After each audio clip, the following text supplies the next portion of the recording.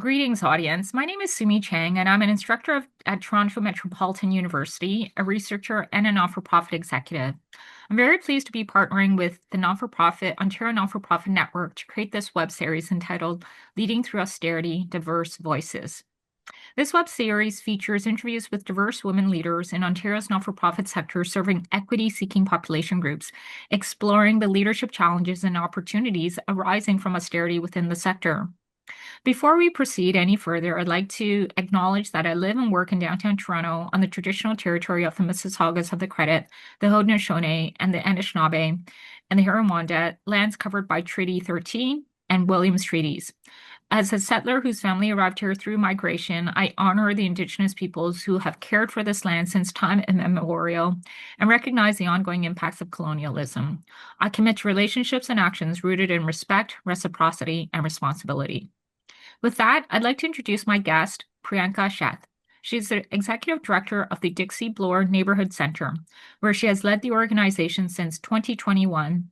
With over 20 years of experience in the not-for-profit sector, she previously held leadership roles in Sistering, Family Services Appeal, Interim Place, and YWCA Toronto.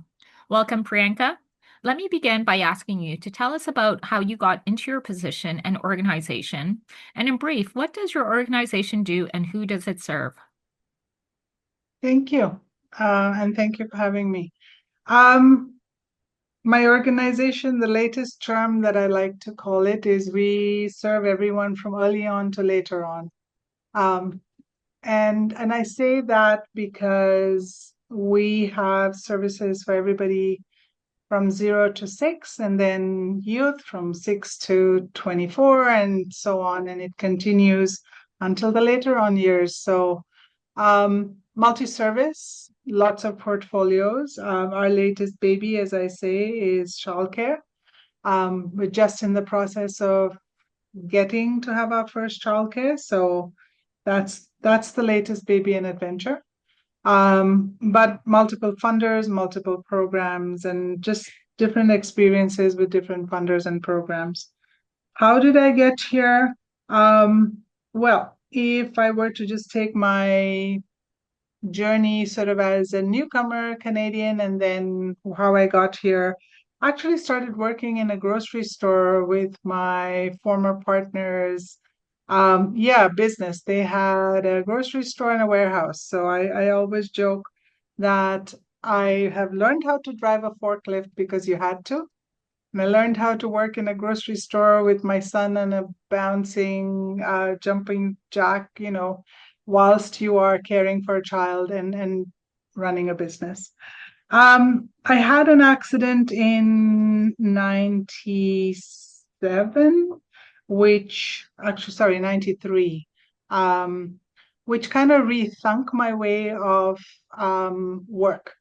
And so went on a little adventure of what I want to do, and my heart was drawn to working really with the violence against women sector, but then that led me to the broader not-for-profit sector. So it's been several hop skips across different organizations in different roles, but really moving towards a culmination of kind of where I'm at right now.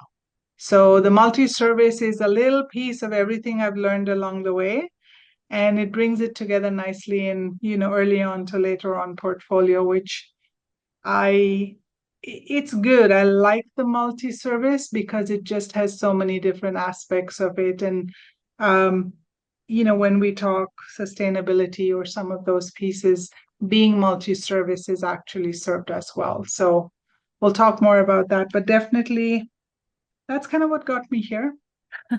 Thank you. Thank you for that. Um, so this web series seeks to explore several key issues in the not-for-profit sector, and one of the most significant one is austerity. There are several definitions that exist, and I'll offer up the OECD one, which is austerity measures refer to government actions designed to reduce budget deficits through spending cuts, tax increases, or a combination of both. These measures have significant consequences, as I'm sure you're more than aware of, for the not-for-profit sector for obvious reasons. Within the current context of uncertainty and affordability, in your opinion, does austerity exist in your sector and why? I would start with saying absolutely. Our organization has taken a 25% cut to one of our funding portfolios. Um, and it has, rippled across the organization. I said earlier that I am grateful to have multiple funders so that there is that spread or ability to move people to different areas and not completely exit people from work. But it has come with a unique set of challenges this time around, I would say. Um, from being in the non-for-profit now over 20 years, there's always been changes or challenges or implications. But I think where we are now, if we looked at globally the issues affecting us, that seems to have come sort of full tilt into our world when at most other times it seemed further away, but now it seems really close. Um, and I think that sort of impact is more felt, especially because we work with a lot of newcomers. And I always talk about how when we say newcomers or folks coming to Canada now are coming with more complex issues because the world is more complex. They're not just coming from war, they're coming from war, torture, trauma, environmental issues, displacement. Um, and the increasing lack of spaces for people who identify as 2S LGBT, increasing lack of healthcare options, increasing lack of just accessibility in so many different ways. And I think that that combined with, the definition of austerity, you almost want to say we need more right now because there is so much less. And now you're being asked to do more with less in when the need is so much more. Um, and the pressure then trickles down to your own teams and your own staff and your own management and eventually to yourself because I don't know if there's actually enough conversation about the impact on leaders in this in the not-for-profit world. Um, because there's such an absorption of angst, such an absorption of everybody's pain, and just really being flummoxed as what do I do next? Trying to look at every avenue of how do I get through this with minimal impact to everybody who I serve, both my staff teams and my clients. Um, and so I think, do we have austerity? Absolutely. The one struggle I think I'm having right now is the pace at which it's being rolled out. It's not just that, you can see things coming, you can plan for things coming. It's coming at speeds that we've never seen before, where we've had changes mid-contract or changes coming on the heels of other changes. And, it's not just one change, but it's so many levels of changes and policy changes and implications of policy changes um, that it's really hard to be grounded and really hard to know where next do I step without it feeling like, the description of your boat and your feet in two boats. It's really where do I stand? And it seems like the boats are drifting further away. So it's it's a terse and tense time for um but if to add to that, if we look at it from, I use the term ideal because I love to put learning into the DEI context. We all have learning and unlearning to do, so I've changed it to ideal. In If we were to look at it from a truly accessible and diverse way, we are failing. Um, we are failing. um, because those with privilege are gaining more privilege, and those who lack are being pushed further to the bottom. Um, and it's yeah, you can look at every avenue: food, you can look at housing, you can look at health, you can look at transportation, you can look at um, whether it's belonging or accessibility. It's so many layers of where people are just being pushed to the margins. And then you think, when people are pushed too far to the margins, what is going to happen? And we're almost there. Yeah, thank you. I yeah, I can agree more. I think when I hear what you're saying and I hear my other colleagues in the not-for-profit sector and where I've been and what I'm seeing, it's undeniable that the gap between the haves and the have-nots is definitely widening. It's not shortening. And I think some of the challenges you listed are also comments that I've heard and I have experienced myself. Um, I'm, I mean, you've talked already about some of the challenges you've certainly seen as a leader. And one of those challenges I wanted to ask you then about is really, could you speak to the nature, the competitive nature of the not-for-profit sector and how it's impacted, um, these notions of partnership and allyship? I think if I were to look at it, it's slowly an erosion of trust. And I say an erosion of trust because when there's scarcity, there's insularity, in that there's a protectionism that comes about. Um, and you want to maintain. So I'll speak for myself. I have an organization, I have X amount of employees. I want to maintain my employees as best as I can. If somebody else is losing employees and says, "Can you take a couple of mine?" It's be like, "Nope, I just don't have the space to take them." Even if I do, I'm concerned as to the whole implication of it. And this is just a very tiny example, but we are not designed funding wise to truly be in partnership. And I'll use another example, which will bring some sort of structure to my answer. Is we had a funding portfolio from health, small one, came about during COVID, and then became a little bit of an ongoing. And it's not a huge portfolio, but it was assigned to six different organizations, and then we were continuing along this.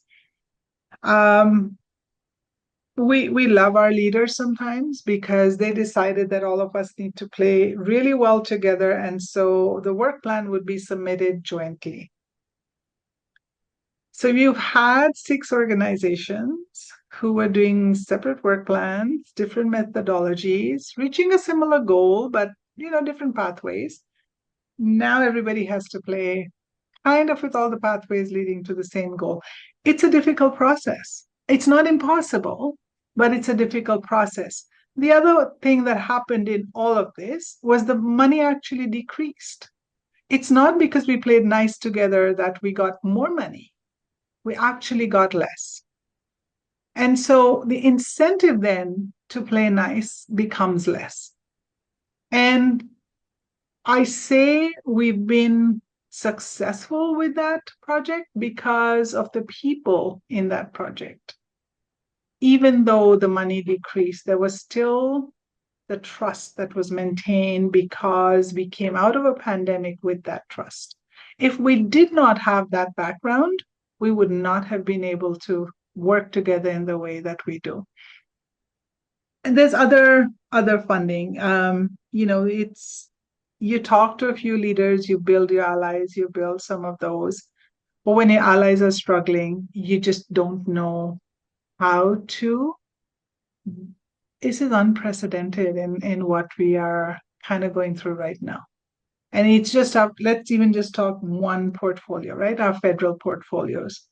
We've had a lot of luck with our federal portfolios. They've been gracious to us, and they're still gracious to us amidst everything else. But the cuts are deep.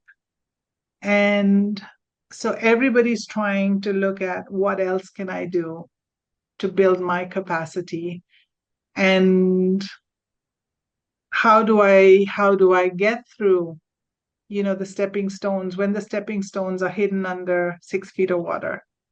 Um, so allyship is great, but when you are maxed out in your bandwidth, it's hard to maintain because the capacity to maintain, whether it's friendships or allyships or all of those pieces, takes work. And when you are swamped and you just don't have bandwidth for work, then something fractures, right? And sometimes it's those relationships that fracture. So I know you gave that great example of your agency with your other colleague partners in the community out of the pandemic era. Um, but that is that an exception to what you just described as the norm? Like that's unusual in light of what is happening today, especially when you mentioned the pace at which it is happening too. I think it's unusual. I think it's unusual. So, a couple different reasons why. Not just because the players were familiar with each other or had built trust over a really difficult period, but I think too because the leadership that was there was very much a champion of the project in champion of the organizations. One of the other pieces with a lot of these sort of cuts or competitiveness, however you want to call it, cuts become develop competitiveness, um, is that also some of the leadership of organizations, like there's been such a turnover in leadership that there isn't legacy knowledge or you know knowledge that has been passed down in a meaningful way because people got to a point where they said, I'm done, and they have stepped away. There has been some transitions, but that whole succession of the not-for-profit sector as a whole, you've got people who don't have the same voice. They have fear because they've come into an environment that's either not what they expected or very different, but they don't have the same voice. And you look at folks who, had a lot more vocal power than we see right now. Oh, People are tired. we're tired. Like you and your colleagues are tired at the leadership level. Yeah, and my colleagues are saying we've done this over and over and over again, and many of them are saying I'm done, I'm stepping away. There's times when I think I joke, I say I'm going to open a little pen hospital, and people say, "What's that?" I said, "Well, fixing every little broken pen." There's one, that I came across somewhere in India, and I'm like, that would be so sweet just to go and fix broken things that everybody just throws away, but it's just an analogy I use for saying, how do you think about what else to keep yourself? And there isn't the time for your extracurricular. There isn't that time because you're just picking up the pieces that have fallen through because of the loss of staff or because of the cuts or because, and if somebody's got to pick them up, you can't not do them. And, it either falls down or comes up. And if you're responsible, then it comes up. Um, just a little bit more on the competitive piece. Like you've talked about the nature of like cutbacks and funding, and that creates a competitive environment. But as you know, in the not-for-profit sector, the practice of government, especially in sending out RFPs into the sector, and this competitive bidding approach to, frankly, what is sometimes essential services. I wondered if you could share your views about the impact that has had in general about efficiency, about capacity, and anything else you want to share about how you as a leader are able to or not able to operate your organization successfully. So competitive, if you have allies and you have some trust, usually you can have a conversation to say, this is something, should we do it together? Because otherwise it just becomes each one of you can put in a very similar aspect of the work and not all of you are going to get it. They're like, well, but I wrote a really good proposal. And it takes eons of time to write a really good proposal. This is not a fly by night, put something together with ChatGPT. I mean, that does not work. So I say that because there has been use of ChatGPT and it is very evident who's writing what they're writing. But it does when there are, how shall I say this? When there is one bottle of wine to share, and there were first 5 people to share with 5 glasses. Now there's 25 people with 25 glasses. The bottle hasn't changed. And so then the piece that you're fighting for is still that one of 5, because that's the only amount that's really going to be shared. But you're now one of 25. And if you don't have the right data or the right, it's not just data. If you're not in the right place, geographically or otherwise, then you're also not considered as part of that. And I say that because sometimes you can have 3 or 4 organizations who've always existed in a very sort of tight geography. And you know, Toronto is a good one. You've got lots of folks who've been in existence for a very long time. But they've managed to survive for a very long time. Not in today's environment. I think that because that bottle is the same or actually getting smaller, you know, it's not a liter anymore. It's your 750 milliliters, and you're thinking, okay, but it's still only 5 people are going to get what's less. And so then comes in, so how am I going to be better than my colleague who I've worked it for? But it's not always the better than who, it's also who has the capacity to network, who has the capacity, social capacity. Because if you don't have your social capital, for a lot of newer EDs and some of those folks coming in, it takes time to build those social capital alliances. You don't just walk into them. And if you don't have all of those, you are not going to be as competitive. So I think there's so many layers to competitiveness. It's not just that I need to put, you know, to use the term elbows up, not that's the ideal term, but if you're wanting to only claim your space and your space requires a certain width around you, you know, your personal or your organizational space, and the space is the same, but the support of that space is less. So then you get a bit more insular, right? You get more protective, you get more fierce.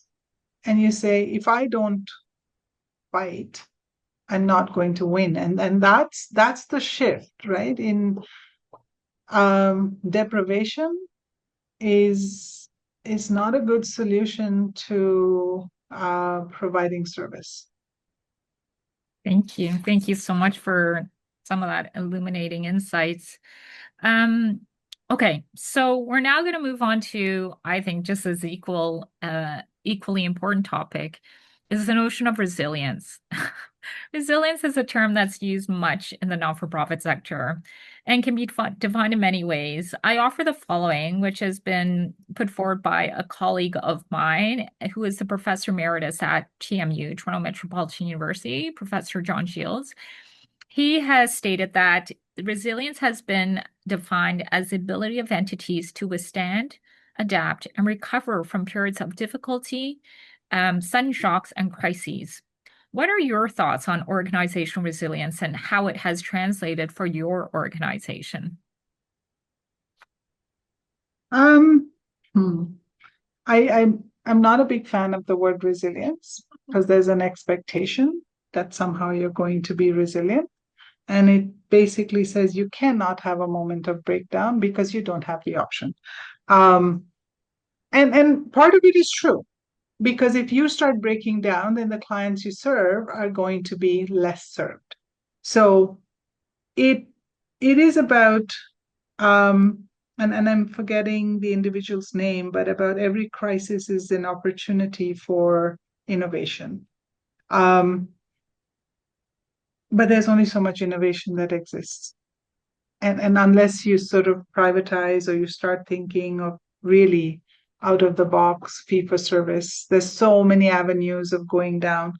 But again, who does the pressure fall to? The client, right? If I say I'll do a fee for service, it's supporting my organization, but the client now has to pay, right? If I think of doing anything else. So one of the things is really thinking we're already multi-service. We already have, as I said early on to later on, how do I think of what aspect of the work am I not doing? And then how do I find that gap to be able to do it? So we did a real heartbreaking sort of what's missing. And we found daycare was an opportunity. I mean, we still haven't completed the whole project yet. We're still kind of in that process, but that is an opportunity. Now, it means a lot of work. It means a lot of side of the desk and around the floor and everywhere else. But it means you do it because you want to think of that long view of how do I help the organization survive. So yes, I think that nonprofits have been, however, they've been forced to be because they've always been less than. So I know that you might know this, but there's a group called Metamorphosis in Peel, and we've really been looking at what is the shortfall just for Peel in non-for-profit funding, right? Across many different. It's 868 million. And we haven't indexed and we haven't done any of that. But that's and Blueprint actually did this report. So happy to send it to you after. But when we looked at it, every single sector is less than even just the Ontario average. So not only am I now building and stretching that rubber band, but at some point, is that rubber band going to break? Everything has a breaking point. And we are seeing a lot more staff with mental health. We are seeing a lot more people who are using food banks. We don't often get full disclosure, but then you might see them, at the food bank door because you're going to drop off something there. And those are heartbreaking because these are people who are working people. They are, coming in every day, doing their very best and going and still find it. So how are we defining an organization and its resilience? Just from our balance sheet? And the balance sheet, all of us can report wonderful numbers, you know, but the impact, I don't know if we've truly measured impact at this point. And so to me, resilience is how much braver can we be? We've been resilient, we've pushed, we've changed, we've fought for policies and principles and human rights and all kinds of issues. And yes, we're here now. But we feel we're losing ground, right? We feel we're losing ground on some really important key topics and key areas. And so that same tiredness I talked about earlier, how much more resilient can somebody be when you are tired? When where is that elastic? How far am I going to stretch it before I break?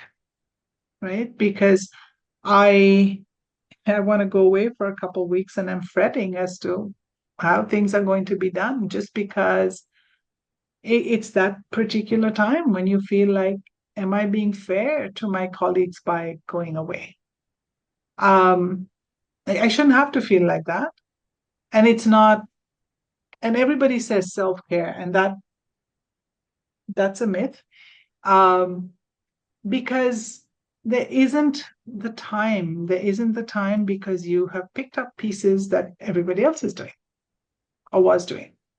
So that word I can't even say it anymore. It's troubling. It's Troubling. troubling. It's troubling because I think that it's been so used and so done in so many ways. It's now becoming more an experience of trauma than it is actually just consistent resilience. Because when you have, you may have heard of death by a thousand cuts, and it's kind of like if you keep getting the same thing, whether it's microaggressions or consistent impact of change or less and less and less, then where is how you can rethink. And I speak for our organization. Yes, we are large and we have many different pockets we can play with. Um, but for somebody who doesn't have that same bandwidth, they're not going to be able to survive this. And there are many who haven't. So you can either get really creative or you can get really destructive. And when I say destructive is organizationally destructive, um, so unethical because you want to survive, or you can get organizationally destructive and just that I really don't care anymore. And so you give up, or you just say, that's it, we fold. I'd rather fold than trying to make it work all the time. So for us, we are, I say, my gods are with me on a good day because we have so much ability to move through our different portfolios. But for somebody who doesn't, um, it's really hard. Yeah. Thank you for articulating that.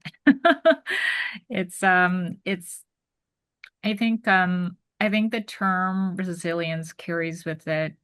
It's I teach not for profit to, future and current public admin students. I'm trying to like turn them into the other side.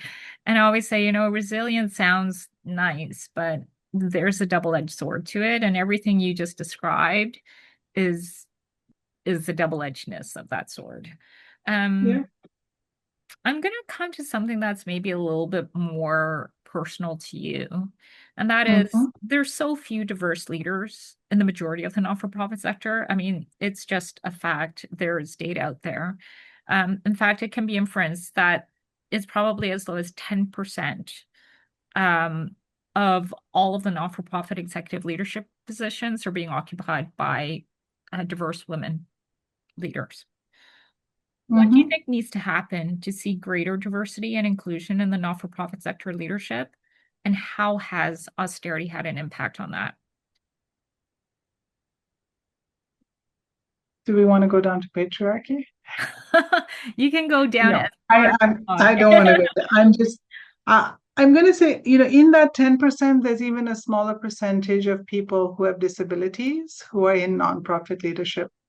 So I have a fairly significant physical disability. I walk with crutches. So for me, I do not see myself in many places. And it feels like you're asking for quote unquote accommodations when you're going. I just bought myself a book on the art of not belonging. Only because how do you learn to be always different, right? You're always different. Um, and it's not that is one aspect of me. The other aspect of me is I am a first gen Canadian. The other aspect of me is I am from the LGBT community. So which hat do I wear when I wear?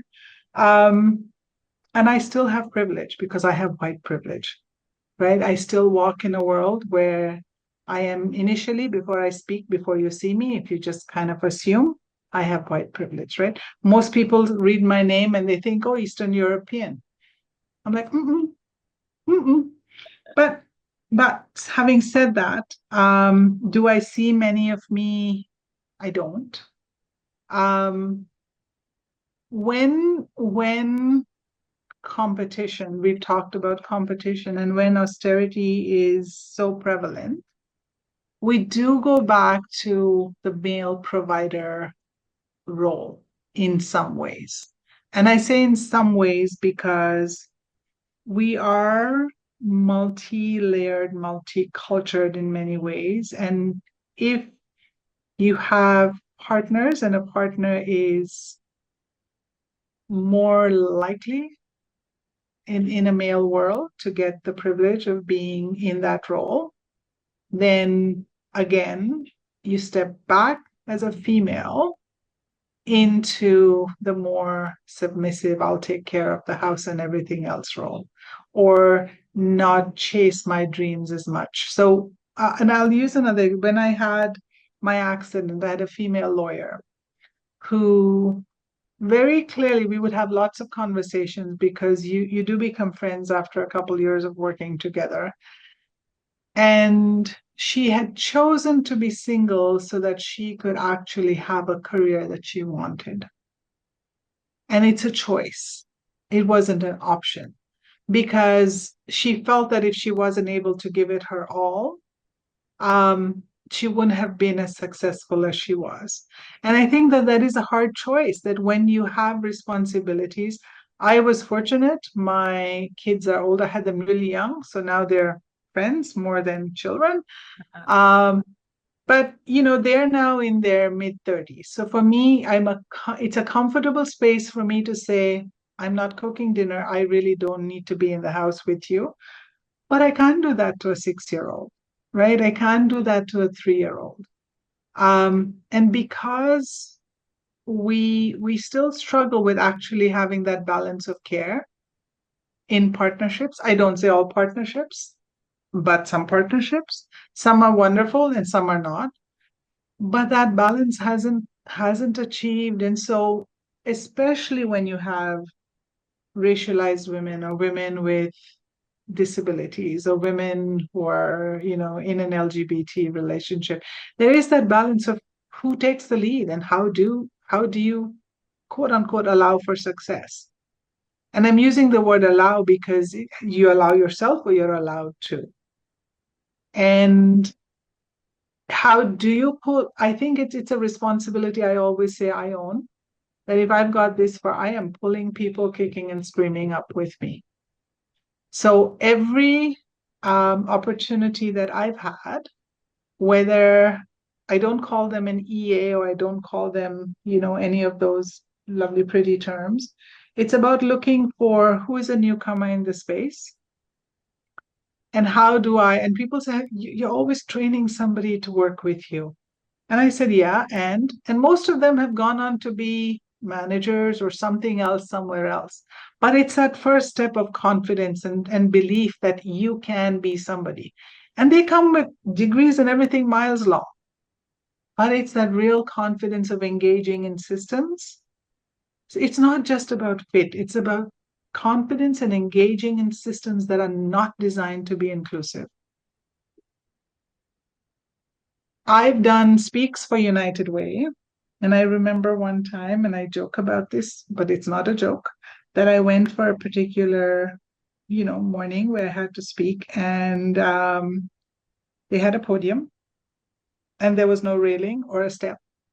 And the step to the podium was a good foot off the ground.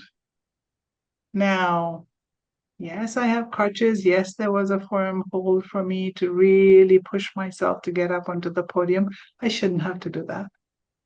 No. In today's world, I shouldn't have to do that, but I did. And it's not the only space I've had to.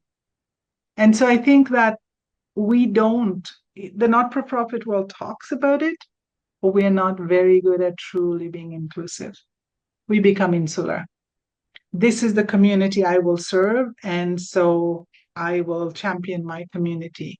And then we become, well, if somebody else comes from somewhere else, how do I bring them along?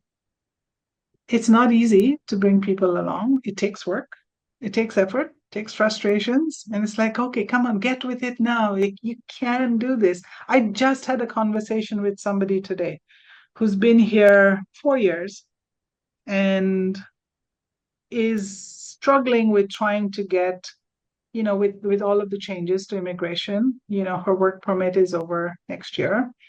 And so then what? Now what?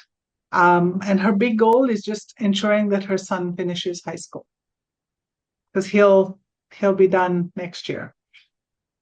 And so she's not thinking about herself, and she's brilliant, but she's not thinking about herself. She's thinking about just my child needs to finish high school, and she may not have that opportunity.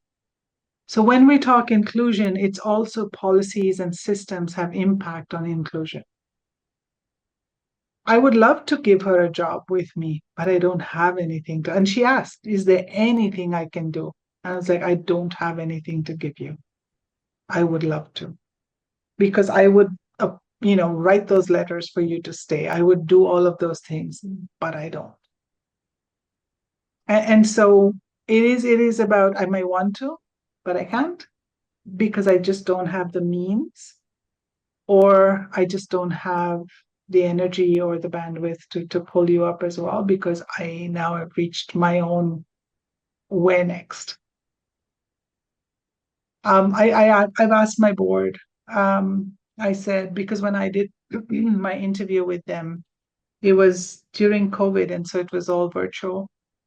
And I said, would you have hired me if you had met me in person? Because I have been for several interviews, same level of role, and I've had some really monkey answers.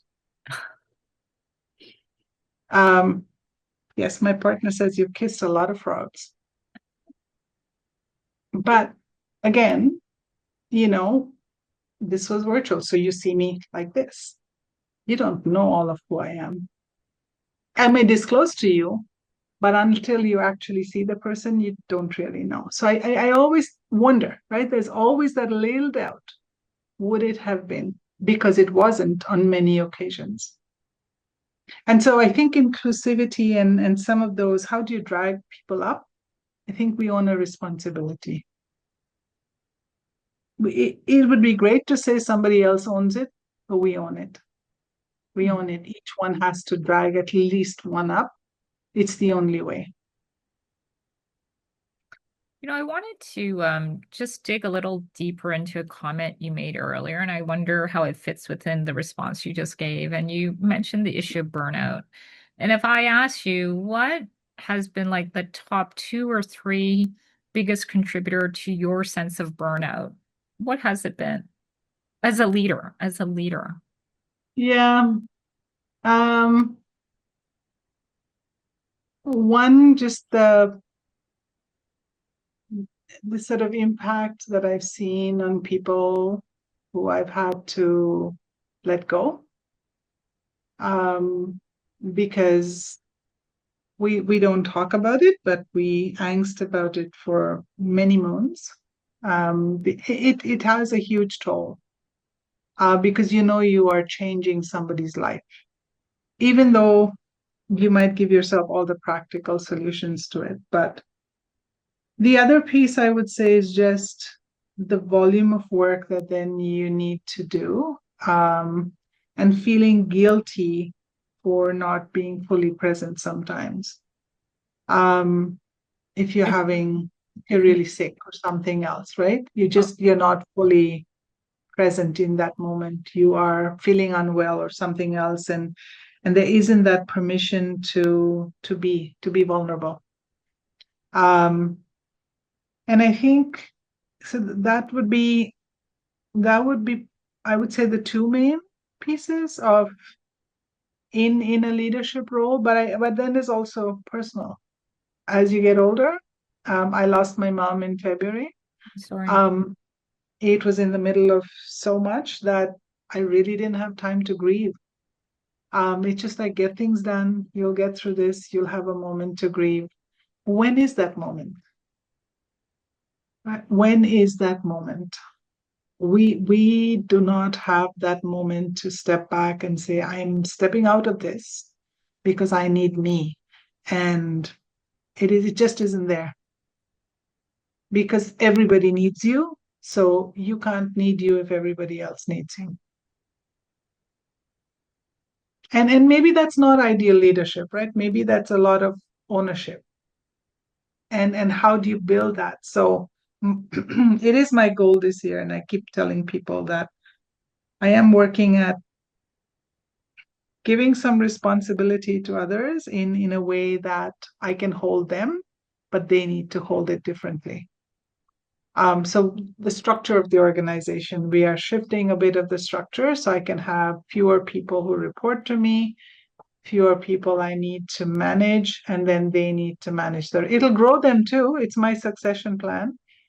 Um, it's not I'm asking them to step into a role without investment. They are getting coaching, they are getting HR coaching, they're getting everything that would make them complete in understanding the role, working alongside me, sharing, everything that I do.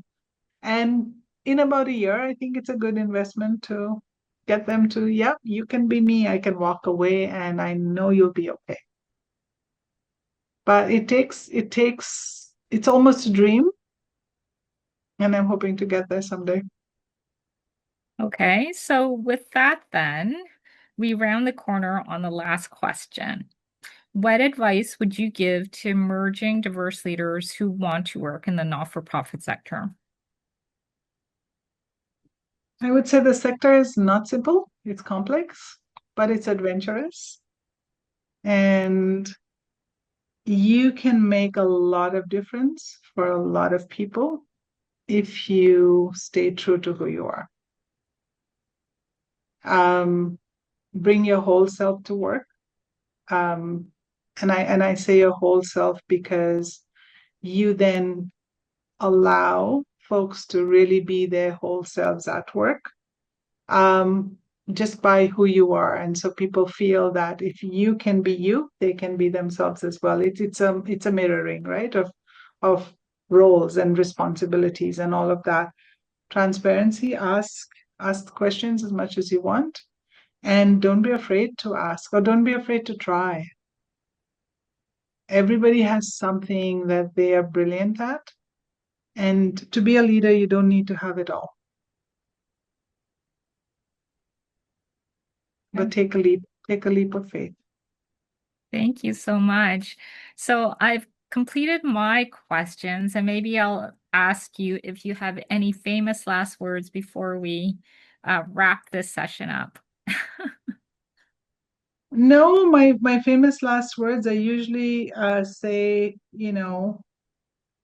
give people grace and not the religious kind. But grace comes in many forms. Grace as a human, grace is how you are with people, but even grace to yourself in that it allows for so much more. So that's usually, it's a word I use quite often. In we will give some grace. And so that's what I would say is, just be graceful. Thank you. Lovely last words. So thank you so much, Priyanka, for sharing your thoughts and views on leadership and what it means from your own social location and how austerity is impacting you and your organization. You've shared some really great insights that are illuminating from a policy perspective, for a public admin perspective, and for those who are focused on nurturing and fostering and supporting more diverse and inclusive leadership environments in the not-for-profit sector. And to you, audience, thank you for joining us, and we look forward to having you at the next leadership interview session.